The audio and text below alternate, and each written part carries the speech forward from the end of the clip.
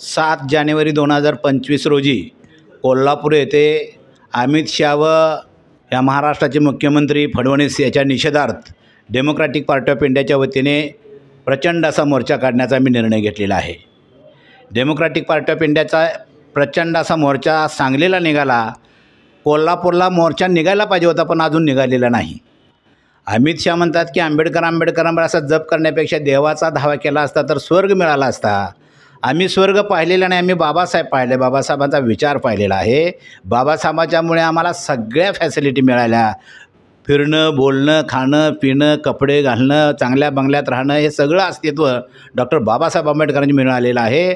अशा डॉक्टर बाबासाहेब आंबेडकरांचा अवमान आम्ही ह्या देशात महाराष्ट्रात सहन करणार नाही।